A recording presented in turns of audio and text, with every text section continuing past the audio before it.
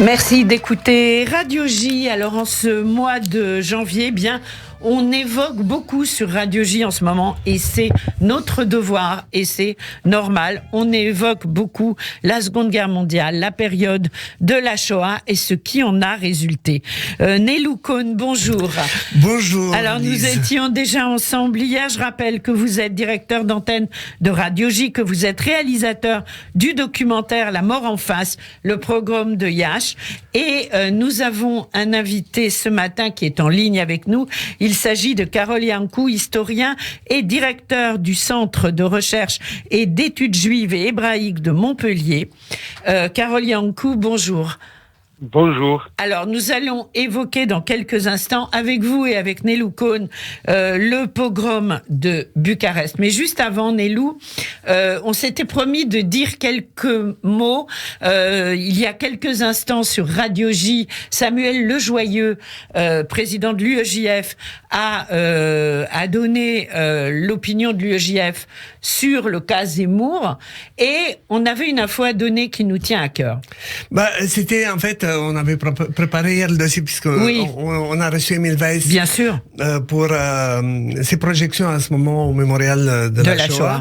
Et ce qu'on n'a pas eu le temps de dire, c'est que ça avait un lien avec Charlotte Delbo, qui en 75 a été la première à dénoncer Forisson et la négation de Forisson des chambres à gaz.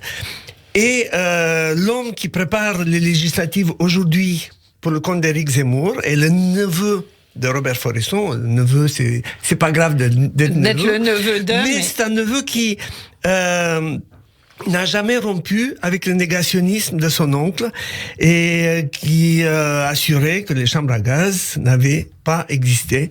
Eh bien, ce monsieur, dont je donnerai même pas le nom, prépare les législatives pour Éric Zemmour. Voilà, donc c'est très très grave, c'est bien de le dire, c'est notre devoir, Nélou, que de donner aussi malheureusement ce genre d'infos. Alors, le pogrom de Bucarest, justement, si nous avons... C'est quand ça a eu lieu entre le 21 et le 23 janvier 1941, et qui parle le mieux de cette période, parce qu'il a étudié, parce qu'il a publié plusieurs livres sur la Shoah, sur la Shoah en Roumanie, sur la Shoah en général, sur l'histoire de l'antisémitisme. C'est Carole Iancu, qui est mon maître en histoire du judaïsme romain. Oui. Carole, je suis ravi de vous avoir en ligne une fois de plus. Parlez-nous d'abord le contexte de ce pogrom qui a eu lieu, je répète, entre le 21 et le 23 janvier 1941 à Bucarest. À Bucarest. Effectivement, donc je suis très content d'être avec vous, d'autant que j'ai pu être le conseiller historique pour le film que vous avez, vous, Nélou Cohn, réalisé ensemble avec William Carell, La mort en face, où on parlait, bien entendu, du premier pogrom gigantesque de la Deuxième Guerre mondiale, que fut le pogrom de Yash du mois de juin 1941. Mais aujourd'hui, nous allons effectivement parler du premier, entre guillemets, petit pogrom, petit entre guillemets, qui a fait malgré tout 120 victimes, tuées dans des conditions vraiment atroces. Alors, quel est le contexte historique, quel est le contexte politique de l'époque? Nous sommes donc en 1940, c'est la chute de la Grande Roumanie. Donc la dictature du roi Carol s'achève effectivement à la suite de la chute de la Grande Roumanie, à la suite d'un ultimatum soviétique. La Bessarabie et le nord de la Bucovine reviennent à l'URSS, c'est occupé par l'Union soviétique. Ensuite, à la suite du diktat de Vienne, le nord de la Transylvanie est occupé par la Hongrie. Et donc, dans cette atmosphère exceptionnelle de l'époque, va s'instaurer le régime légionnaire fasciste. C'est-à-dire que, effectivement, le 6 septembre 1940, donc le roi Carol doit abdiquer, il part à l'étranger, à sa place reste le jeune roi Michel, et le pouvoir est, pour ainsi dire, accaparé par le général Antonescu qui va se auto-proclamer conducateur, et le vice-président du Conseil des ministres, c'est le chef des gardes de fer des légionnaires de la gare de fer Horia-Sima. Un véritable régime de terreur va s'installer pendant 6 mois, entre le mois de septembre et le mois de janvier, pendant lequel les Juifs sont persécutés, spoliés, donc violentés. Et au mois de janvier, les gardes de fer, les légionnaires, vont faire la rébellion pour être sur le pouvoir contre le général Antonescu. Et dans ce cadre-là qu'a lieu un terrible pogrom pendant ces journées de 21 et 23 janvier 1941.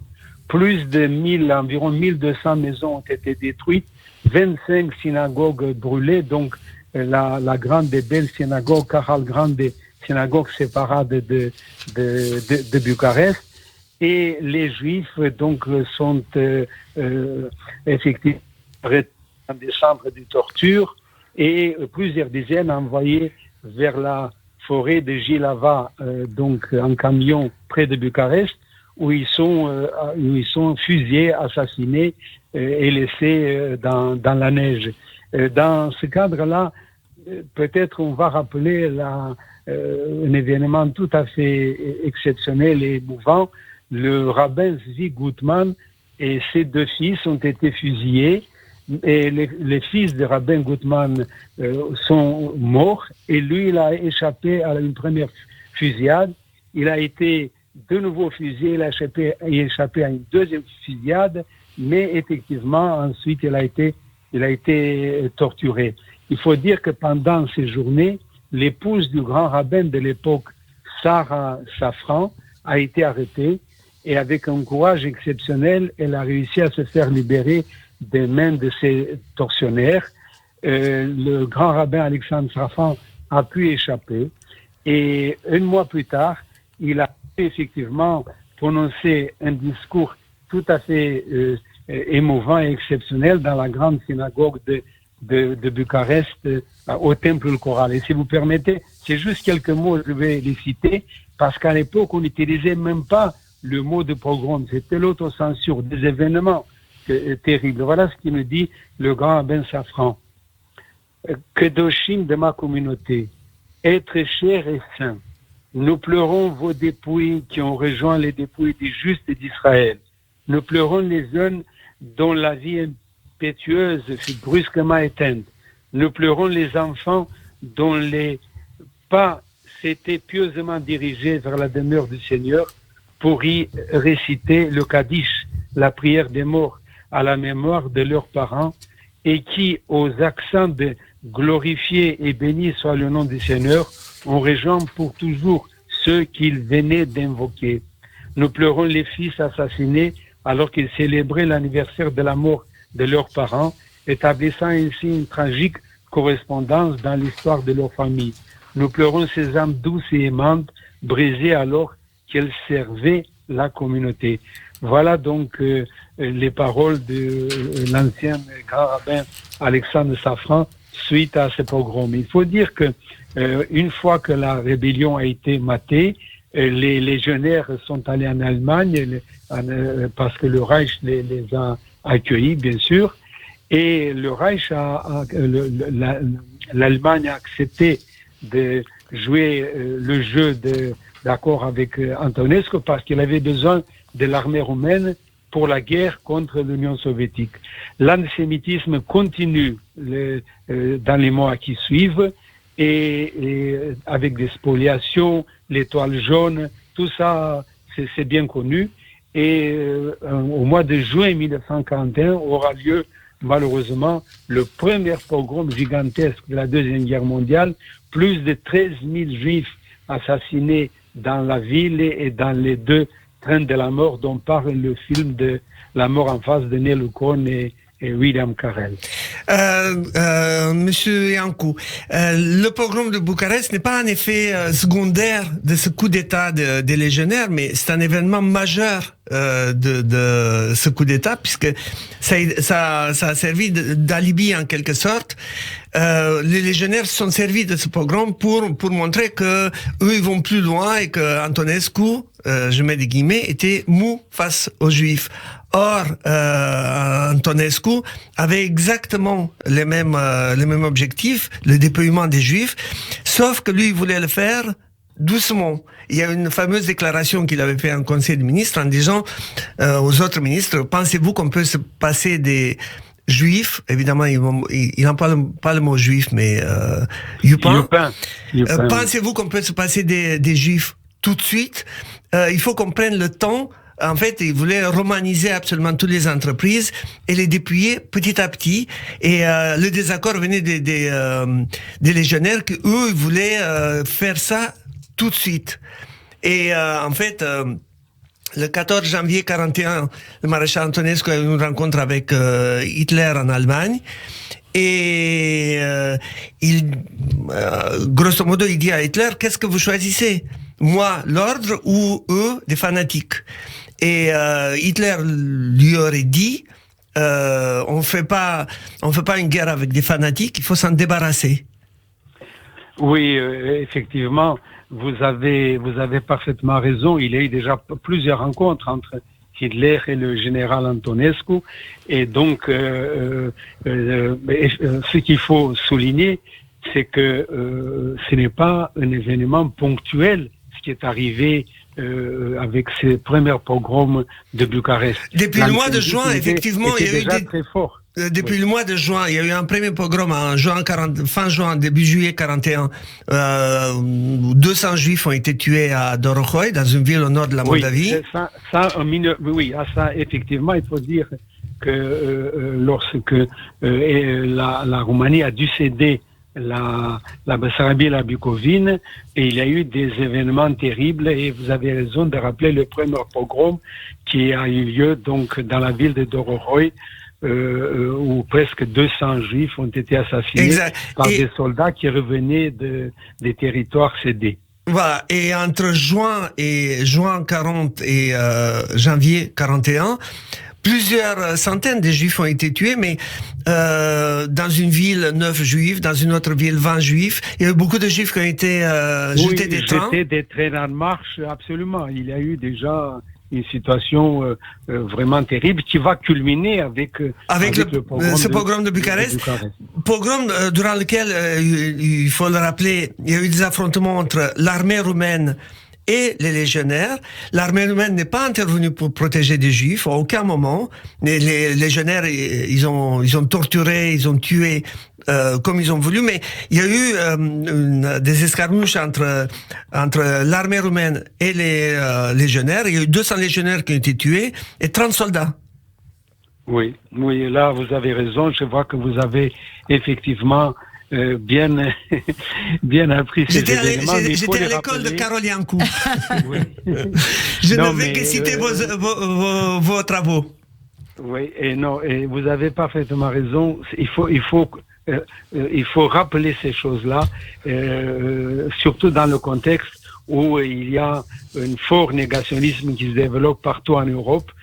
Ces événements sont douloureux et doivent effectivement être connus par la nouvelle génération. C'est pour cela d'ailleurs que l'été dernier, nous avons pu organiser à l'occasion du 4e anniversaire du pogrom de Jassy, un grand colloque international auquel vous-même, qu'on avez pu participer, et effectivement nous allons essayer de publier les actes car ce premier pogrom de Bucarest suivi par le pogrom gigantesque de Jassy de la Deuxième Guerre, fut le premier pogrom gigantesque de la Deuxième Guerre mondiale, donc suivi par la suite par des massacres terribles dans les territoires occupés de Bessarabie, Bucovine et dans la sinistre Transnistrie, car la Transnistrie, selon certains historiens, c'était entre guillemets le Auschwitz roumain sans les chambres à gaz. Effectivement, des centaines de milliers de Juifs ont été tués sous le régime du général Antonescu, notamment dans la sinistre Transnistrie, où aussi les Juifs ukrainiens sur place ont été massacrés. Pour les auditeurs, juste pour rappeler que la Transnistrie, qui est une région qui existait durant la guerre, occupée par l'armée roumaine, c'est une région qui a à peu près la superficie de la Suisse. Oui. Et dans cette région-là, il y avait près de 200 camps d'internement pour les Juifs roumains. Oui. Moi, j'ai une question un peu plus générale, Karol Iancu, si vous permettez. En tant que directeur du Centre de recherche et d'études juives et hébraïques de Montpellier, est-ce que vous avez l'impression que ces dernières années, la transmission se fait avec plus de difficultés, la transmission de cette mémoire? Non, il faut nuancer. Il faut dire que pendant longtemps, on ne parlait pas de la Shoah. Beaucoup d'historiens, même sérieux, disaient que la Roumanie n'a pas été touchée par la Shoah. Ce sont les Allemands, ce sont les autres qui sont responsables. Donc, depuis un certain nombre d'années, il y a un retournement de ce point de vue. Et donc, dans les universités, notamment en Roumanie, on enseigne effectivement ce qui s'est passé pendant la guerre. Ceci dit, il y a dans certains milieux antisémites où un certain négationnisme persiste. Mais officiellement, non. Officiellement, on dénonce donc les agissements du régime totalitaire, raciste et antisémite d'Antonescu. Karol Iancu, je vais vous poser une question qu'on a posée hier à Emile Weiss, oui. Qui, je l'avoue, est un peu, qui me regarde aussi. Comment on fait, ça fait maintenant 50 ans que vous travaillez sur la Shoah en général et la Shoah en Roumanie en particulier. Vous avez publié de nombreux livres, vous avez participé à des colloques, vous l'enseignez. Comment on fait au quotidien pour gérer ça? Oui, une mémoire aussi lourde à porter. Aussi lourde à porter, parce que quand on lit les témoignages, et vous avez lu tant de témoignages, comment vous faites ensuite pour vous occuper de vos petits-enfants? Écoutez, je dois vous dire que effectivement, mon enfance a été bercée par les chants yiddish de ma mère et par les récits des survivants de la Shoah. Et donc, c'est un véritable poids, mais je ressens comme une sorte, si vous permettez ce mot, une sorte de mission. Moi-même, je suis né juste à la fin de la guerre, mais effectivement, je pense comme un devoir de transmettre aux générations futures la tragédie de notre peuple, particulièrement en Roumanie et en général en Europe. Karol Iancu, merci beaucoup. Je sais que cette semaine, vous avez aussi un rendez-vous avec Rafi Marciano, donc vous restez sur Radio J. Oui, toujours. À très bientôt et merci encore pour votre...